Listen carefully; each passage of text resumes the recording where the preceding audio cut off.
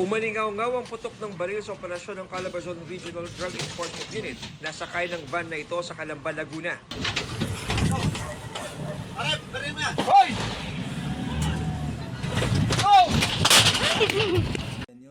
Kita sa kuha ng CCTV ang kanilang mga target na sakay ng pulang sasakyan.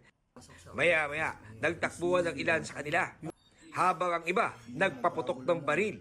Ayon sa Calabarzon Police, tinangka umano ng mga nagbibenta dapat ng droga na hold upin ang undercover na police sa hawak nilang mahigit 13 million pesos. Merong na-monitor ang PRO4A na isang grupo na nagbebenta ng illegal na droga. Chinek muna kung totoo ngang may dalang pera yung mga operatiba natin, and nung nakita nga niya na merong pera is agarang bumalik doon sa kanilang sasakyan. Nagulat na lamang itong mga kapulisan natin nung pagpasok ng babae doon sa sasakyan is agad na lumabas ang apat na kalalakihan at may dala-dalang mga firearms, and pinutukan nga nila yung mga kapulisan natin, and yun nga, nakaganti yung mga pulis natin. Dalawa sa mga suspect ang patay, isa ang sugatan at dalawa ang arestado.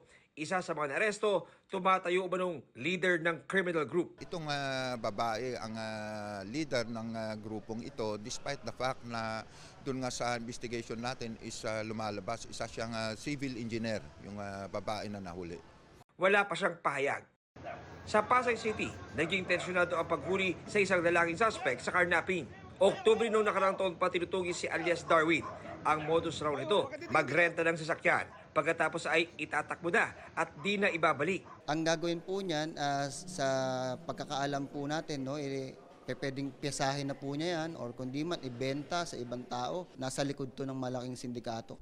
Nagsulputan naman ang ilang biktima ng suspect nang malamang nahuli ito. Ayon sa isa sa kanila, 3,000 piso umano ang ibinigay ng suspect para mahiram noong nakaraang taon ang kanyang bagong labas na sasakyan. Pero di na raw ito naibalik sa kanya. Nung niram niya yung sasakyan ko, marurot na lang siya. Nakakontak ko pa naman siya. Pagdating ng November 1, hindi ko na siya makontak. Siguro pasalamat na rin po kasi nandiyan na nahuli na rin naman po. Nakakulong ngayon sa HPG ang suspect. Kung gusto sabihin? Para sa GMA Integrated News, ako si John Consulta, ang inyong saksi.